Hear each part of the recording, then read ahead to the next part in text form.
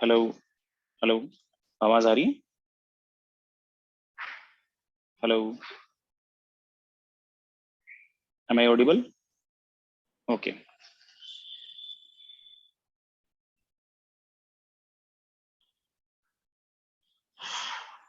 Hello Satyam, Ajay, Alia, Ansh, Arpit, Keshav, Mayank, प्रतीक, रोशन, सफल, शिवेंद्र पांडे, सुमित। चलो यार बताओ। मेरे ख्याल से ना सभी को पता तो है कि ऐसे जनरल बातें करने के लिए बैठे हैं ना। बाकी तो डाउट क्लास वगैरह में शायद तुम लोग टाइम मिलता हो जाते रहते होंगे, है ना। चलिए बताइए। मैं शायद एक दो चैट पढ़ लेता हूँ बेटा पहले। हाँ।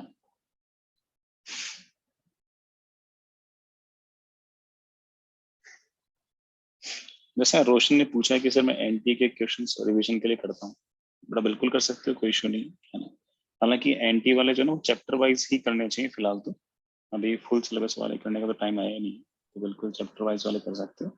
और उन क्वेश्चंस के जो रेलेवेंस है वो काफी हद तक जेईई मेन के हिसाब से ही है, तो अगर आपके पास टाइम हो कभी भी आप एज ए रिविजन करना चाहो तो कर सकते हो। हाँ, सिलेबस कंप्लीट हो जाए उसके बाद ऑफ कोर्स जब फुल सिलेबस टेस्ट भी अगर देना चाहो एनटी वाले तो दे सकते हो। और बताइए।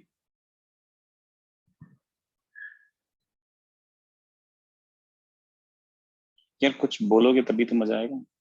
Good evening sir. Good evening यार।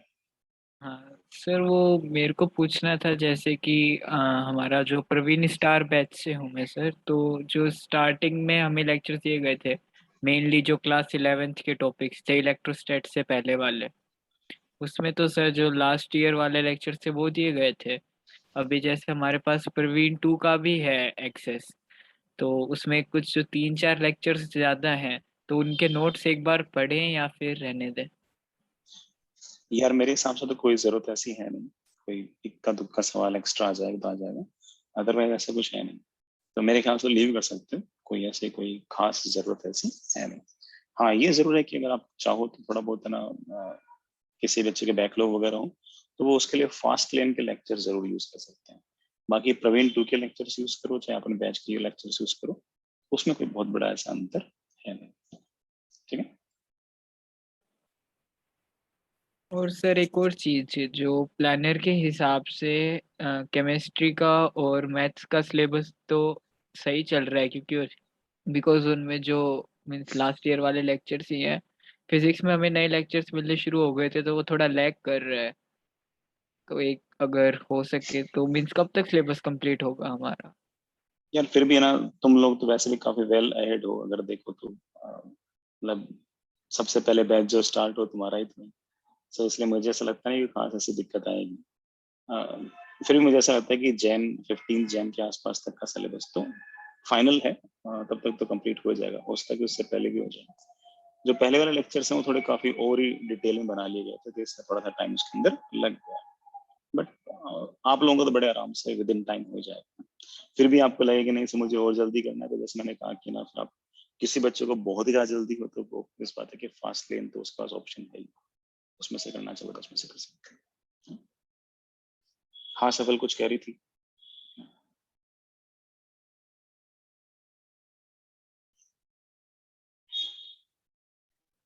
Good evening sir. सर मेरा ये डाउट था कि सर मैं प्रवीण 1 का एक स्टूडेंट हूँ।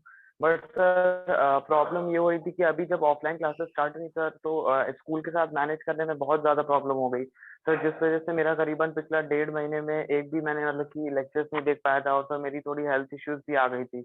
तो सर मेरा पूछा पिछला मैंने ट्राई किया कवर करने का, बट सर अराउंड 20 दिन का, अभी भी 20-25 दिन का बाकी है। तो सर प्रॉब्लम ये हो रही है कि सर स्कूल के साथ क्योंकि सर अभी आप जानते हैं कि नवंबर में हम लोग के बोर्ड एग्जाम्स भी आने वाले हैं, तो सर स्कूल की तरफ से भी काफी प्रेशर पड़ रहा है कि टेस्ट अटेंड करो सर, सेमेस्टर एग्जाम्स हैं, प्री बोर्ड्स हैं। तो सर तैयारी थोड़ी-सी मैनेज करने में प्रॉब्लम हो रही है। और सर ये थोड़ा-सा डर लगता है कि 4-5 महीने रह गए हैं, अब इतने में तो एडवांस की तो होनी भी नहीं, वैसे भी नहीं है। तो सर ड्रॉप का एक दिमाग में रहता है। तो सर ड्रॉप तो मेरे ख्याल से एक सेकंड ऑप्शन है, बट सर मैं आपसे ये पूछना चाहता था कि क्या मेरा अभी प्लान होना चाहिए, मुझे अब तैयारी छोड़ देनी चाहिए कि सिर्फ मेंस पे फोकस करना चाहिए, कि क्या सर एक बिकॉज़ सर मैं काफ़ी एक हैज़ार्ड सी सिचुएशन में हूँ कि क्या अभी करूँ? जैसे है ना, तूने सवाल बहुत सारे पूछ लिए तो ऑफ कोर्स ना जवाब भी बहुत सारे देने पड़ेंगे, तो मुझे भी थोड़ा लंबा ही बोलना पड़ेगा। वैसे पहली बात तो है ना, कभी भी ऐसा मत समझना कि तुम बहुत ही कोई यूनिक सिचुएशन के अंदर हो। जो भी क्लास 12th वाला बच्चा है वो मोर और लेस किसी सिचुएशन के अंदर से ही है, और उसी सिचुएशन के अंदर से कोई ना कोई बच्चा तो ऐसा भी होगा जो टॉप 100 के अंदर भी रैंक लेके आएगा। तो ऑब्वियस बात है कि अगर वो अपने टाइम को अगर बेटर तरीके से यूज करके एफिशिएंटली यूज करके अगर वो लेके आ सकता है तो हम भी अच्छा खासा कर सकते हैं। अब बात आती है कि ना एग्जैक्टली हम करें क्या। तो मैं तो ये मान के चलता हूँ कि अगर मान लो कि आपका स्कूल अगर प्रेशराइज कर रहा है, उसका करना बनता भी है, क्योंकि सीबीएसई ने भी काफी हद तक ऐसा बोल दिया कि स्कूल के जो इंटरनल एग्जाम होंगे उससे भी हम मार्किंग लेंगे, जो टर्म 1 होगा वो भी आपके मार्क्स में काउंट होगा। तो ये सब पैरामीटर्स तो ऑब्वियस बात है कि ना स्कूल के पाले में गेंद को रख ही देते हैं ना यार, तो वो तो चीजें करनी ही पड़ेंगी। तो मतलब ये सोचो कि आपके पास जो बाकी टाइम है उसको आप किस तरह से एफिशिएंटली यूज कर सकते हो। जो चीज अपने कंट्रोल में है उसके बारे में ज्यादा सोचना चाहिए, और जो वेरिएबल्स ऐसे हैं जिन पर हमारा कंट्रोल नहीं है उनके बारे में कम सोचना चाहिए। जैसे फॉर एग्जाम्पल कोई बच्चा अगर डमी स्कूल के अंदर है तो उसके मुकाबले हमारे पास टाइम कम है। एक रास्ता तो ये है कि हम उसका रोना लग जाए कि हाँ भैया मेरे पास टाइम कम है, टाइम कम है। दूसरा तरीका ये है कि ना, मैं ये सोचूं कि किस तरीके से मैं स्मार्ट वे के अंदर एफिशिएंटली जितना मेरे पास समय है उसको मैं बेटर तरीके से यूज करूँ। जो बच्चा इस एज के अंदर टाइम को एफिशिएंटली यूज करना सीख जाता है, वो अपनी पूरी लाइफ के अंदर हमेशा बाकी लोगों के मुकाबले ज्यादा चिल लाइफ जीता है। उसको एग्जैक्टली पता हो जाता है कि हाँ यार मैं कम टाइम के अंदर भी बहुत अच्छे तरीके से अगर कंसंट्रेशन बढ़िया रखूं तो बहुत सारे काम निपटा सकता है। तो ऐसे में तुम्हें ये सोचना चाहिए कि यार जितना मेरे पास टाइम है उसको मैं किस तरह से बेस्ट तरीके से यूज करना चाहूँ। तो कोशिश ये करो कि तुम यू जस्ट ट्राई कि तुम किसी तरह से master of your minutes and master of your seconds बन जाओ। किसी तरह से तुम एक एक सेकंड के एक एक मिनट का हिसाब रख सको। अब दूसरी बात आती है कि सर ना भाई मैं सिर्फ बोर्ड के लिए पढ़ूं या फिर सिर्फ जेई मेन के लिए पढ़ूं या फिर आईआईटी एडवांस वगैरह के लिए पढ़ूं। तो यार इसमें मैं कहूंगा कि ना बोर्ड के लिए तो ऑफ कोर्स पढ़ना ही है, लेकिन टर्म वन जो है ना, it is not that much different from your JEE preparation, because उसमें भी ऑब्जेक्टिव क्वेश्चंस पूछेंगे, so you will have to cope up with that. वो करना इतना टफ काम है नहीं। अब रही बात तो कहते हैं कि इसमें तो ड्रॉप लूंगा, तो ड्रॉप जब लोगे ना अगले साल लेट से, तब भी तुम्हें ऐसा लगेगा कि यार काश मैंने लास्ट थोड़ी सी बेटर पढ़ाई की होती तो शायद मैं ड्रॉप के अंदर और बेटर तरीके से वेल इक्विप्ड होता। तो ऐसे केस में अगर आप ड्रॉप करने की मन सोच भी रहे हो तो इसका ईयर थोड़ी कि हर चीज को हम आगे के लिए शिफ्ट कर दें कि हाँ यार अगले साल ही पढ़ेंगे, इस साल तो चलो चिल मारते हैं। ऐसा तो हो नहीं पाएगा। इस साल पढ़ोगे, लिखोगे, लड़ोगे, गिरोगे, पढ़ोगे, पेपर दोगे, पेपर में फेल होगे, फिर पेपर दोगे, फिर फेल होगे, तब जाकर ही तो अगले साल के लिए भी वेल प्रिपेयर्ड हो पाओगे। तो even if you are planning to drop, even in that case you should keep on preparing. Just try to make every minute count. ये that is the only thing I want to say. तो इतना करो, मस्त रहो, इसमें कोई load वाली बात है नहीं, है ना। बस अपने टाइम को बेटर तरीके से यूज करो, इसके अलावा कोई खास ऐसी चिंता वाली बात है नहीं। ठीक है यार, खूब सारे चैट्स आ रखे, मैं एक बार चैट करता हूँ। सर मैं जस्ट एक लास्ट चीज पूछना चाहूंगा कि सर अगर मैं आज आज की डेट से स्टार्ट करता हूँ तो सर क्या मैं एडवांस में भी अच्छी रैंक ला सकता हूँ कि सर मुझे यार अपना ऐसा फोकस मेनली मेंस पे रखना चाहिए? यार ऐसा तो है नहीं कि भाई है ना एडवांस के अंदर कोई है ना सिलेबस में नई चीज आती है, बल्कि मेन का सिलेबस बड़ा होता है और एडवांस का सिलेबस उसका सबसेट होता है। ठीक है, तो ऐसा तो है नहीं कि एडवांस के अंदर सिलेबस में कोई नई चीज होगी। सवाल टफ ही तो होंगे। अब जब सवाल टफ होंगे तो कट ऑफ भी ऑफ कोर्स उसकी कम जाती है। एक ऐसा एग्जाम जिसका जनरल कैटेगरी का कट ऑफ 17% गया हो, उसके अंदर हम कुछ ना कुछ तो कर ही सकते हैं अगर हम कुछ फाइट मारे तो। सो ऐसे केस में मैं तो हर बच्चे को ये कहता हूँ कि ना कॉन्सेप्चुअली न्यूमेरिकली जेई मेन में और जेई एडवांस में बहुत ज्यादा अंतर नहीं है। जो अंतर है ना वो एक्चुअली सवालों के टाइप का और सवालों के टफनेस लेवल का अंतर है। लेकिन जिस लेवल पर हम कॉन्सेप्ट्स को समझते हैं, सीखते हैं, वो तो हमेशा काम आते हैं। इस साल जेई मेन के जो मैथ्स के जो पेपर थे वो लगभग लगभग जेई एडवांस जैसे तो थे, कोई बहुत बड़ा अंतर थोड़ी थे। तो ऐसे में दोनों की तैयारी में बहुत ऐसा कोई बहुत बड़ा आमूलचूल डिफरेंस है नहीं। और इवन मेरी बात को मेरे ख्याल से डेटा भी शायद मेरी बात को ही अप्रूव करेंगे। टॉप 10,000 जेई मेन की रैंक देख लेना और टॉप 10,000 जेई एडवांस की रैंक देख लेना, उसमें से 8,000 बच्चे जो होंगे वो कॉमन होंगे। सिर्फ 2,000 बच्चे ऐसे होंगे जो अनकॉमन होंगे, बाकी 80% बच्चे जो होंगे वो कॉमन होंगे। तो सेम बच्चे जेई एडवांस टॉप कर रहे हैं, वही सेम बच्चे जेई मेन टॉप कर रहे हैं। So it they are not different, so keep on working, you will get rewarded in both the exams, even in BITSET or something like different exam। सब में सेम बातें ही काम आएंगी, कोई बहुत बड़ा इतना डिफरेंस है नहीं।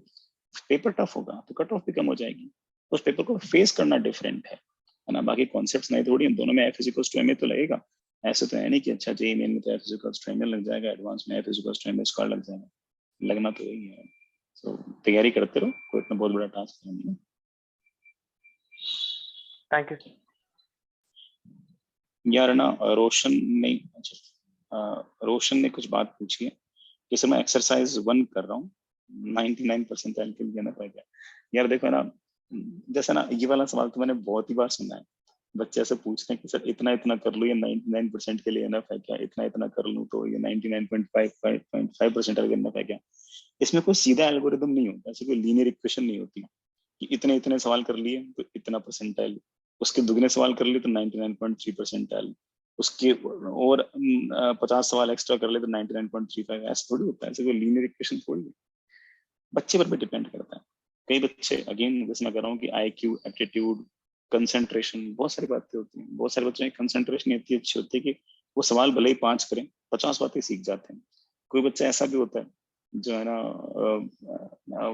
50 सवाल करेगा लेकिन बातें 5 भी नहीं सीख पाएगा।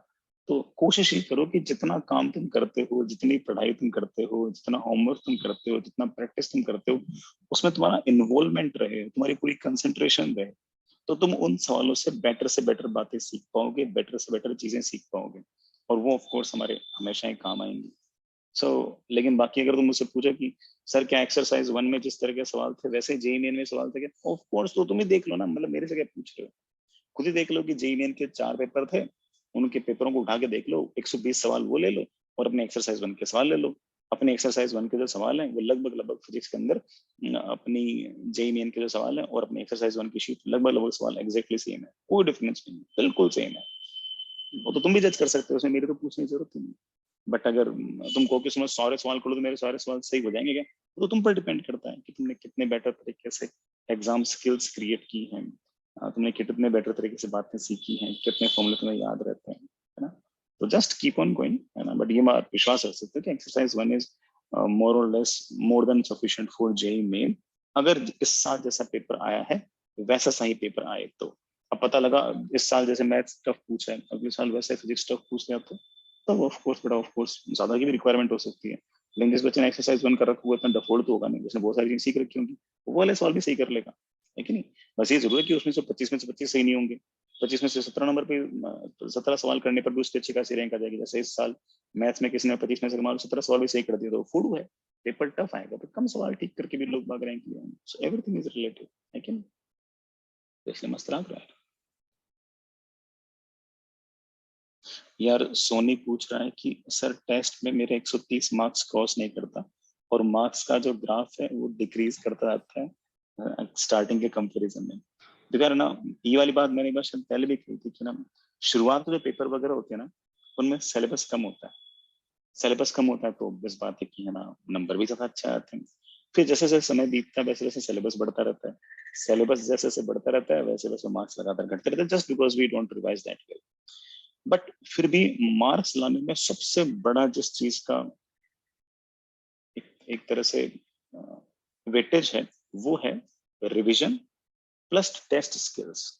जो बच्चा रिवीजन किस तरह से करना है प्लस अपने टेस्ट स्किल्स पर किस तरह से काम करना है, इस पर अगर कोई बच्चा काम कर लेगा ना वो बड़े आराम से फूट देगा। तो तुम दो बातों पर ध्यान रखो कि एक तो मैं लगातार कंटिन्यूसली रिवाइज करता रहूं। मैथ्स और फिजिक्स के अंदर मेरा ऐसा मानना है कि सवाल करना ही रिवीजन करना है। अगर मुझे आरबीडी के सवाल मेरे से बनते हैं आराम से तो ठीक है, हो गया रिवीजन, और क्या है ना, है ना। अगर मान लो कि मुझे एसएचएम के सारे के सवाल मेरे से बनते हैं न्यूमेरिकल्स, इट मींस दैट हो गया एसएचएम का रिवीजन। तो रिवीजन इज मस्ट, रिवीजन लगातार करते रहो, क्वेश्चंस करते रहो। फिजिक्स और मैथ्स के questions are more than enough. Obvious बात होता है इनऑर्गेनिक ऑर्गेनिक वगैरह में तो आपको हल्की फुल्की थ्योरी भी पढ़नी पड़ती है, कॉपी भी पढ़नी पड़ती है, बहुत सारी बातें, लेकिन revision is must. And second one is the most important, exam skills. You have to master the exam skill. अब जैसे मान लो कि अब पेपर हुआ, जैसे सिंपल सी बात कहूँ कि ना, आज की जो अपनी अपनी नहीं पूरी दुनिया के अंदर ना एग्जाम का जो सिस्टम होता है वो क्या होता है कि बच्चों के सामने एक पेपर आया, उस पेपर के अंदर बच्चों से कहा गया कि बताइए कि आपको कितनी कितनी चीजें आती हैं, उनके मार्क्स दिए गए और मार्क्स के हिसाब से हमने जज करना स्टार्ट किया कि कौन इंटेलिजेंट है, कौन कम इंटेलिजेंट और कौन डफर है।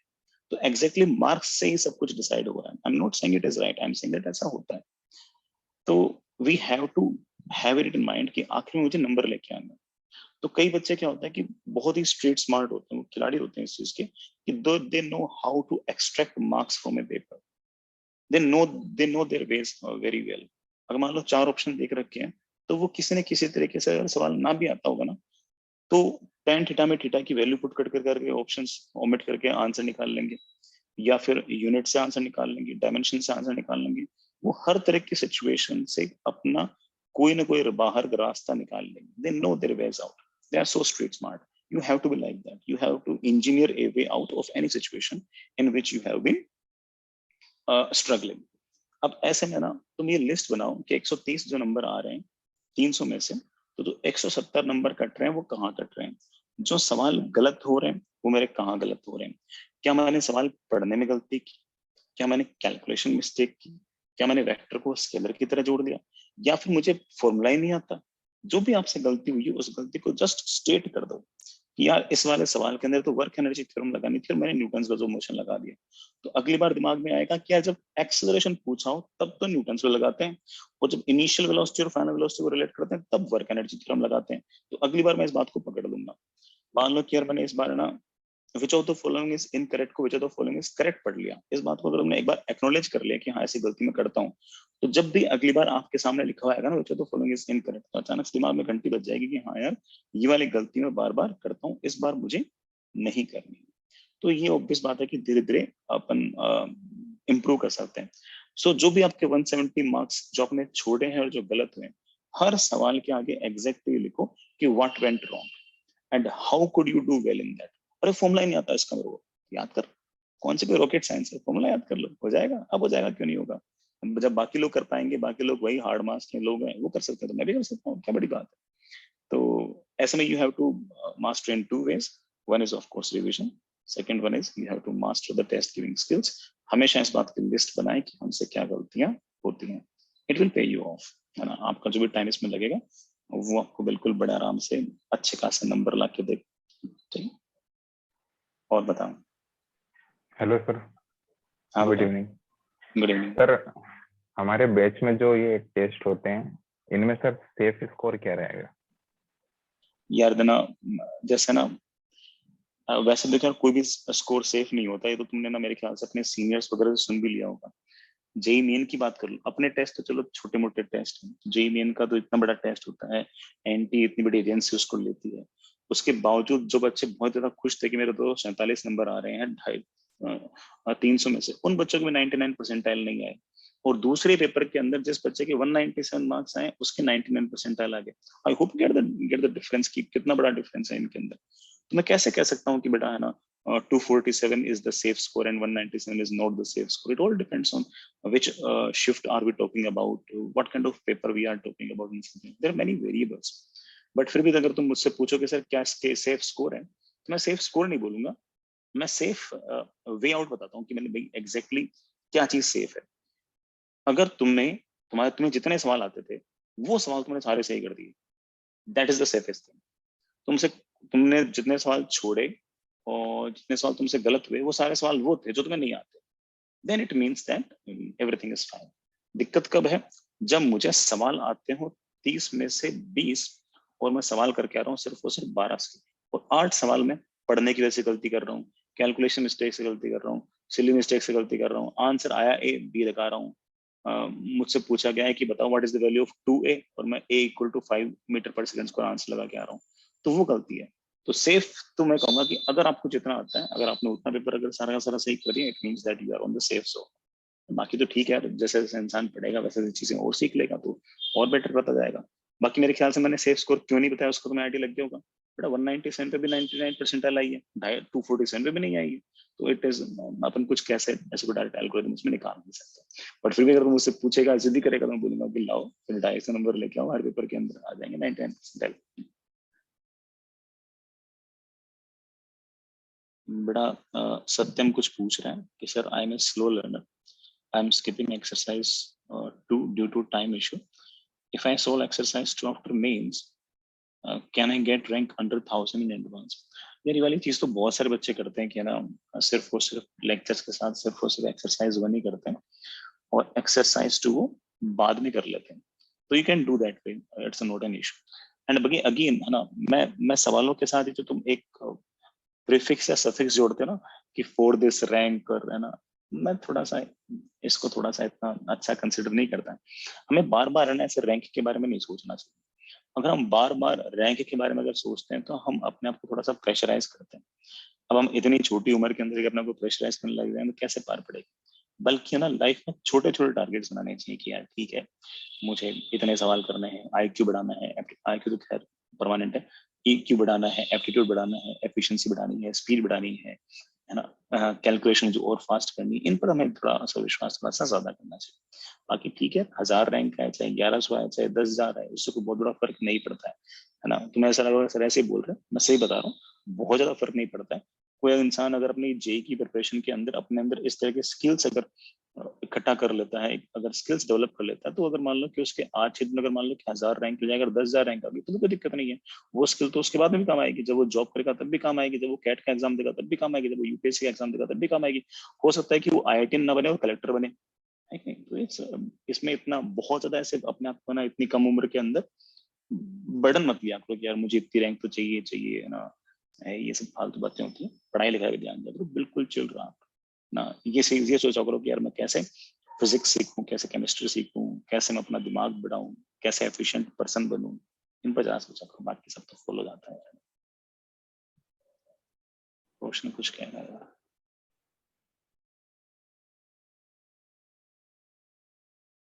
रोशन कह रहा है सर कैलकुलेशन में ज्यादा टाइम लग जाता है, जिसमें ज्यादा थीटा वाई सब होता है, वो तो लगता ही है, ठीक है। कैलकुलेशन में टाइम लगता है तो दीजिए भाई। किसी चीज से मान लो आपको परेशानी हो तो फेस इट।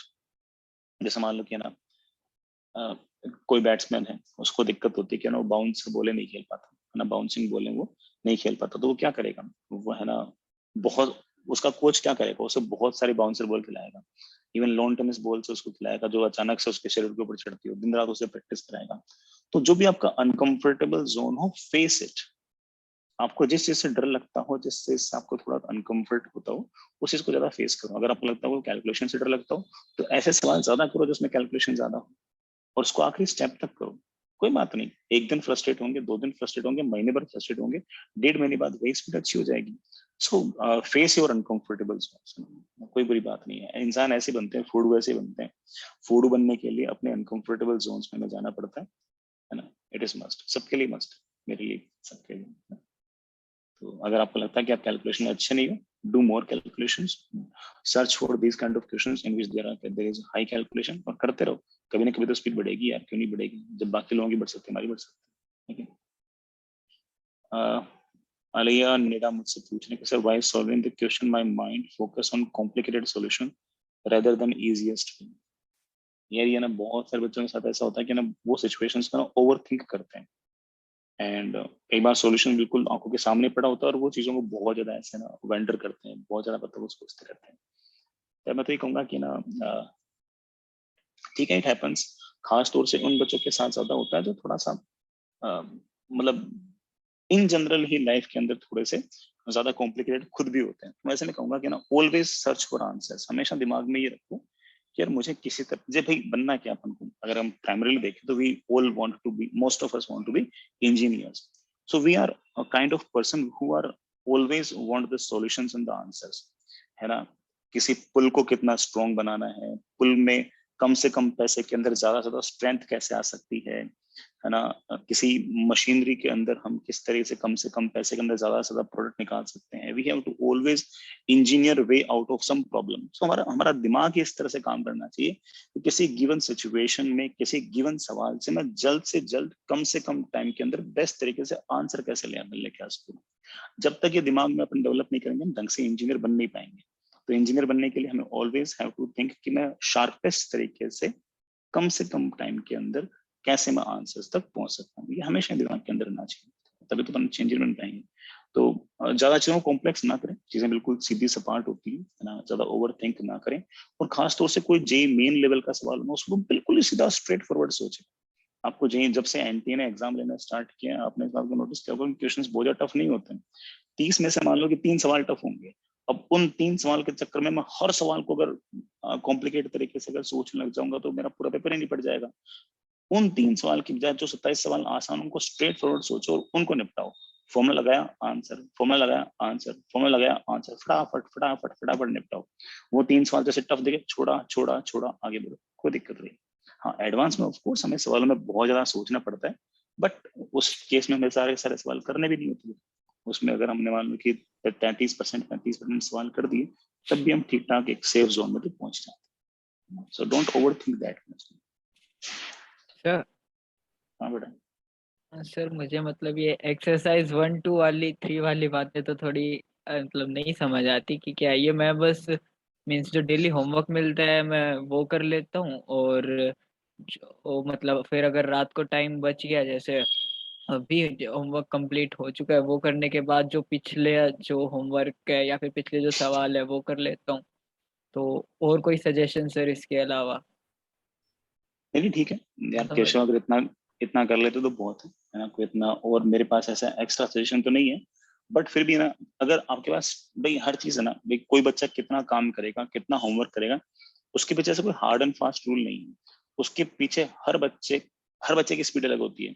कई बच्चों की स्पीड बहुत ज्यादा होती है, वो बहुत फास्ट के सवाल करते हैं, तो उनको सवाल ज्यादा चाहिए।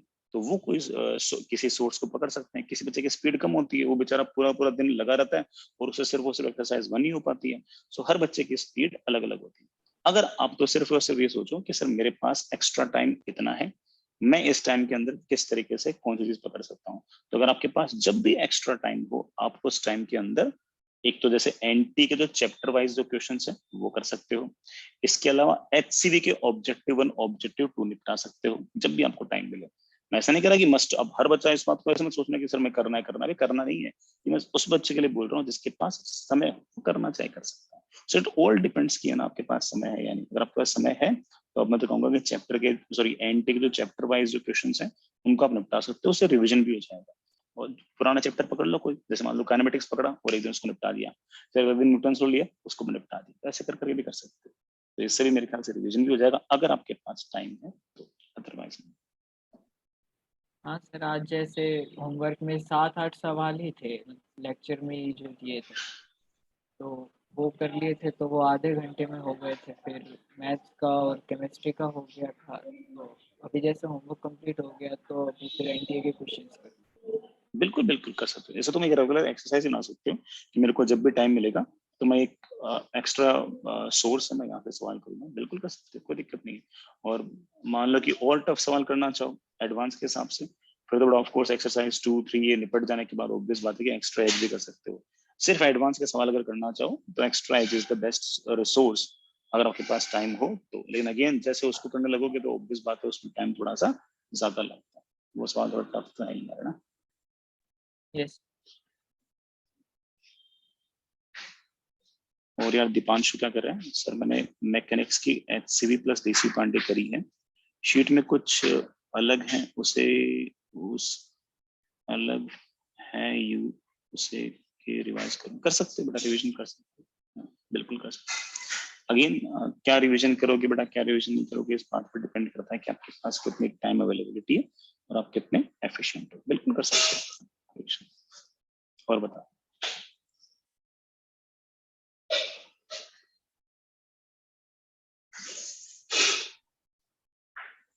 हाँ सर, एक चीज और सर। यार तू ही तो बोल रहा है। सर वो बाकी बोल नहीं रहे। नहीं सही है, अपन दोनों बात कर लेते हैं। हाँ सर, जैसे कि सुमित ने पूछा था कि स्कोर कितना होना चाहिए, तो हाँ सर जैसे कि एक मिल जाना चाहिए कि जैसे हर टेस्ट के साथ एक आ जाए कि हाँ यार इस टेस्ट की स्कोर हार्डनेस लेवल ऐसा था तो आप इतना हाँ, स्कोर कर रहे हो। जैसे अगर हम ऑफलाइन में होते तो सर आपके देखने के नजरिए से ही पता चल जाता हमें कि हमारा ये स्कोर बात कैसा है, अच्छा ये है बात या भी सही। बुरा है। नहीं मुझे ये आइडिया सही लगा, मैं इसको अगली बार से इम्प्लीमेंट करा दूंगा यार। तुम्हें चाहते हो कि एक आइडियल स्कोर बता दिया जाए ना हर एग्जाम के साथ, है ना? यस। बिल्कुल बिल्कुल, ये तो हो जाएगा, नॉट दैट टफ। कि सर खुश होना है या दुखी होना है ये तो पता चले। नहीं सही बात, सही बिल्कुल।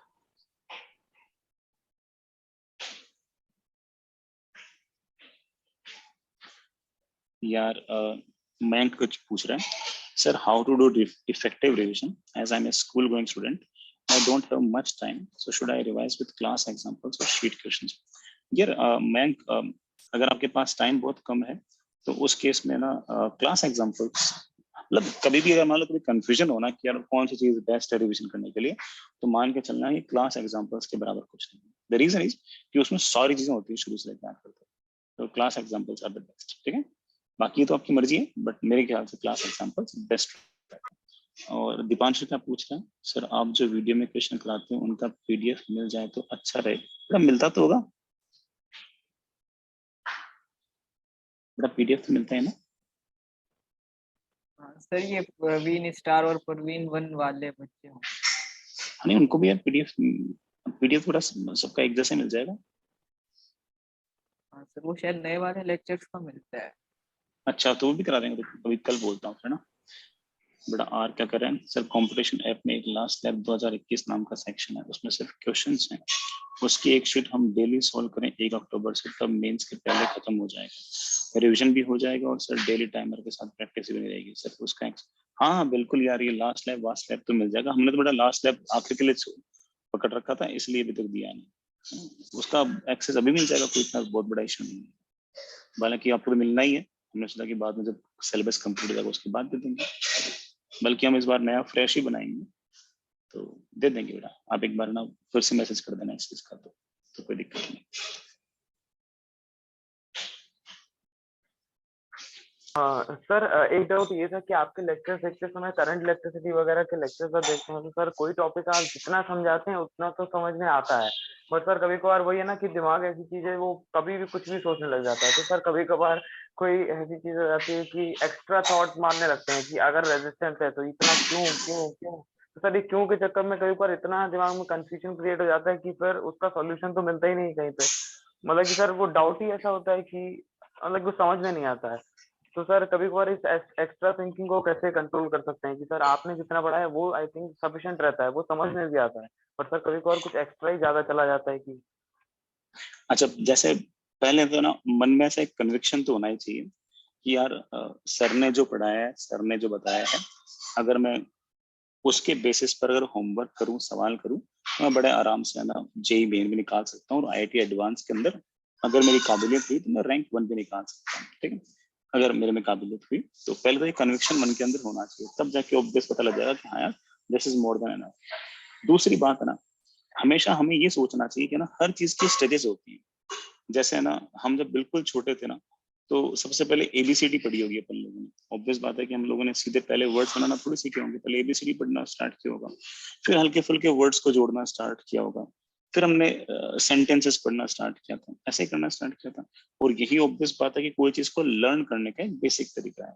आज हम ऑफकोर्स एक फिजिक्स पढ़ रहे हैं, अभी भी जो फिजिक्स पढ़ रहे हैं बहुत ही बेसिक लेवल की फिजिक्स पढ़ रहे हैं, अब कोई बच्चा अचानक से 11th क्लास का बच्चा आके ऐसे बोलने लग जाएगा मुझे तो रिलेटिविटी थ्योरी समझ नहीं तो यार ऑब्वियस बात है कि वो एग्जैक्टली रिलेटिविटी थ्योरी नहीं समझ सकता, लेकिन कम से कम रिलेटिविटी थ्योरी समझने लायक मैं उसको आज बना सकता हूँ, मैं उसको कम से कम इस लायक बना सकता हूँ कि वो जब इंजीनियरिंग पहले फर्स्ट ईयर में जाएगा तो वो रिलेटिविटी थ्योरी को शायद समझ पाए।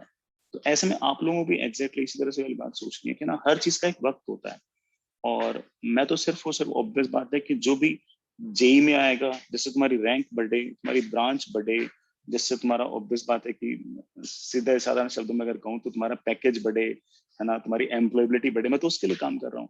हाँ, एक बार तुम उस स्टेज पर पहुंच गए तो उसके बाद तुम और भी 50 तरह की बातें सीख सकते हो, तो उसके लिए पूरी लाइफ पड़ी है, बट अगेन तुम हर चीज का वक्त होता है। अगर हमने इस टाइम आज हम ये सोच रहे हैं कि रिलेटिविटी थ्योरी क्या होती है, और जिस टाइम हमारे सर पढ़ा रहे होंगे रिलेटिविटी थ्योरी क्या होती है, उस टाइम कुछ और सोच रहे होंगे। So live in the present, है ना, तो ये तो इसको यार दूर करना ही पड़ेगा, इसलिए मैं बार बार बोलता रहता हूँ कि यार स्वार्थी बने, लालची बने ना, तभी जाके बात बनेगी यार, ऐसे बात नहीं बनेगी।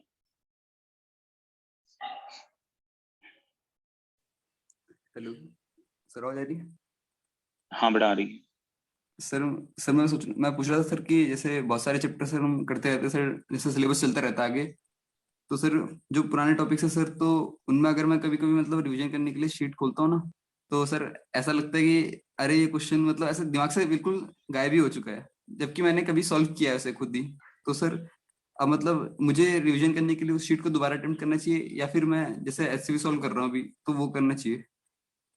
हाँ, जैसे ना देखिए यार, पहली बात तो तूने कहा ना कि सर मैं बिल्कुल ब्लैकआउट आता हूँ, क्या ये वाला सवाल कभी किया है नहीं किया, अभी नहीं समझ रहा, ये सबके साथ होता है, ठीक है, ये सबके साथ होता है, जिस बच्चे के 100 रैंक आने वाली ना उसके साथ भी ऐसा होता है। सो ऐसे कोई बहुत ज्यादा लोड देने की बात नहीं है। अगर आप मुझसे पूछो कि सर रिवीजन के लिए पुराने वाले सवाल वापस से करने चाहिए या नए सवाल करने चाहिए, तो मैं पर्सनली नए सवालों को ज्यादा प्रेफर करता हूँ, जस्ट बिकॉज कि नया सवाल जो होता है ना वो हमें ऑफ कोर्स है ना कुछ नए सोचने के लिए मजबूर भी करता है। पुराने वाला जो सवाल जो मैंने पहले से कर रखा ना, उसको करते वक्त क्या होता है कि हमारा दिमाग फ्रेशली नहीं सोचता, वो हमेशा एग्जैक्टली वैसे सोचता है जैसे हमने पहले से कर रखा है। ऐसे में मुझे कई बार ऐसा होता है कि हमारा शायद दिमाग उतना बड़े तरीके से डेवलप नहीं हो पाता। ऐसे केस में हमें अगर जब भी मौका मिले कोई भी नई चीज करने का और उसके थ्रू रिविजन करने का, नए सवाल करने का, तो कर सकते हो, कोई इशू नहीं है। बिल्कुल कर सकते हो। HCV करना चाहो HCV कर सकते हो, कोई वो सोच लगे करना चाहो कर सकते हो, NTA पर करना चाहो कर सकते हो, अनलेस आपका सारा का सारा होमवर्क कंप्लीट है। मेन चीज थोड़ा शीट है, शीट दी थी हमारी मेन चीज है, उसके बाद आप कुछ भी करो, बिल्कुल कर सकते हो, कोई दिक्कत नहीं। Thank you sir. हाँ बेटा, I am from Delhi and I am going IIT Delhi. Deepanshu, बिल्कुल ऑल द बेस्ट, हमें ही बुलाना कभी।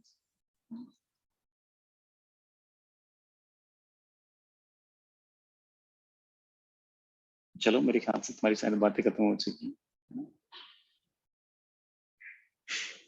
रोशन क्या कह रहा है, सर मैंने जो क्वेश्चन बनाया था फर्स्ट टाइम एक्सरसाइज 1, उसमें से जो नहीं बनते थे उसको मैं सोल्व समझ कर ट्राई कर लेता, अब वही सवाल दोबारा फिर से नहीं बनता।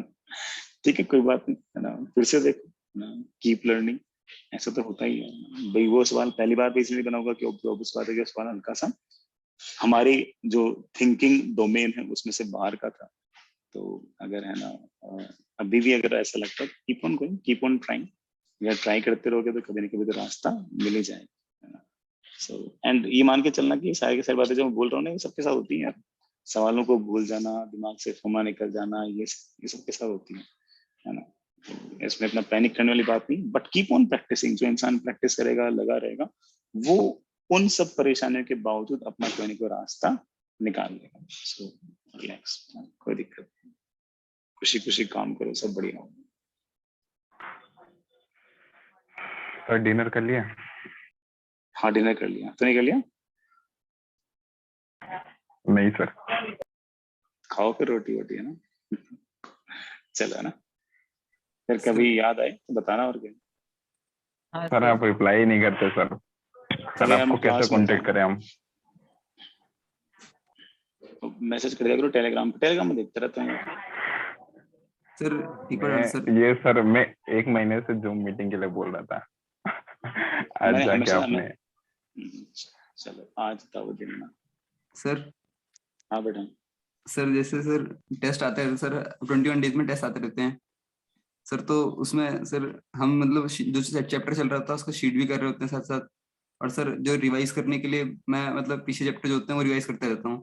तो सर जब तक मतलब वो क्वेश्चन करता हूँ ना, तो जब तक टेस्ट आता है नेक्स्ट टेस्ट आता है तब तक वो रिवीजन पूरा ही नहीं हो पाता सर, और क्वेश्चन भी तो उसमें से मार्क्स भी नहीं आते।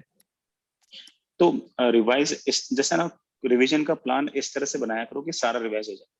भाई तुम हमेशा क्या करते हो कि अपनी थाली के अंदर ना इतना सारा सामान लेके बैठते हो खाने के लिए कि तुम्हारा मतलब थाली पूरी खत्म होने से पहले तुम्हारा पेट भर जाता है। इसी तरह से तुम क्या करते हो कि इतनी सारी चीजें प्लान कर लेते हो कि मैं ये कर लूंगा वो कर लूंगा, और तुम में से उसका सिर्फ और सिर्फ 1/3 1/4 कर पाते हो। इसकी बजाय ये सोचा करो कि यार मुझे अगले 2 दिन में रिवाइज करके पेपर देना है, तो मैं सारे सवाल नहीं कर सकता, सिर्फ और सिर्फ मैं कॉपी के पन्ने पलट कर फॉर्मूले देख के जा सकता हूँ, तो वो कर लो। एक दिन बचा तो हाँ भाई, सिर्फ और सिर्फ फॉर्मूले देख सकता हूँ, तो फॉर्मूले देख लो। प्लान भाई तुम्हारे पास जितना समय हो उसके हिसाब से फिजिबल प्लान बनाया करो। तुम क्या करते हो, प्लान बनाते हो ज्यादा, टाइम देते हो कम। उल्टा करो, फिजिबल प्लान बनाया करो कि हाँ जो पॉसिबल हो उतना प्लान बनाया करो। कोई बच्चा कहता है सिर्फ एक दिन में भी रिवीजन हो सकता है, अरे क्यों नहीं हो सकता है यार। एक्चुअल जिस दिन जेई का एग्जाम देने जाओगे उससे एक दिन पहले देखना, सारा रिवीजन कर लोगे, सारे फॉर्मूले देख लोगे, ये फॉर्मूला ऐसा है, ये फॉर्मूला ऐसा है, ये फॉर्मूला ऐसा, फॉर्मूला ऐसा। एक दिन में 2 दिन में भी रिवीजन हो सकते हैं अगर हम सिर्फ और सिर्फ फॉर्मूले देख कर जाए तो भी। And you know it very well कि जेई मेन के सवाल मोस्टली फॉर्मूले एप्लीकेशन बेस्ड होते हैं, तो इस बच्चे को फॉर्मूले लगाने आते हैं सवाल कर सकता है। जेई एडवांस के अंदर भी लगभग मान के चल लो कि 15% के आसपास सवाल जो होते हैं वो फॉर्मूला लगाकर बन जाते हैं। ठीक है, कम से कम फॉर्मूले लगाने वाले सवाल तो कम से कम सही होने ही चाहिए। तो ऐसा नहीं कि हम रिवाइज नहीं कर सकते, हो जाता है बड़ा रिविजन, करो तो सही कोशिश, है ना। Sir thank you sir. ठीक है यार, चलो खाना वाना खाओ, पढ़ाई करो, बाय। हाँ सर, वो सेफ स्कोर वाली बात याद दिला रहा था। कौन सी वाली बात? वो सेफ स्कोर जो हर टेस्ट के हाँ साथ एक। बिल्कुल बिल्कुल, आइडियल स्कोर बोल देते हैं चलो उसको ना। हाँ जी ठीक, चलो ठीक, सर, ये ओके, सुमित ने टर्म बना दी सेफ स्कोर वाली। ठीक। सर हाँ सर हम लोग के उसमें हीट ट्रांसफर जो चैप्टर है वो अभी तक हुआ नहीं है, और पिछले एग्जाम में उसके क्वेश्चन आए थे। चलो यार, मैं देखूंगा उसका, मुझे पता नहीं थी बात यार, मैं यस बिल्कुल सर। देख लूंगा, बिल्कुल करता हूँ। चलो bye bye. Bye sir, good night. Thank you sir, Good good night. Night. Good night, good night, bye bye sir, good night. Bye bye, good night, मस्ती करो। भाई कैसो चला गया क्या? हेलो हाँ हाँ सर, भाई, मैं बहुत पढ़ रहा है यार तू। हाँ पढ़ रहा हूँ मैं यार, होमवर्क कर रहा हूँ बस। अबे कौन है भाई ये? ये मेरा भाई हंस रहा है, टीम देख ली। अरे भाई, नया नया इंस्टाग्राम चलाने लगा। चल भाई, और अभी एमटी सर को बुलाना है भाई। भाई ये रिकॉर्ड तो नहीं हो रही कभी, समझ वो सर है। अरे रहने दे, रिकॉर्ड हो रही है। अच्छा रिकॉर्ड, ओ भाई, बाय बाय बाय। चलो भाई, गुड नाइट सबको। Good night, good night.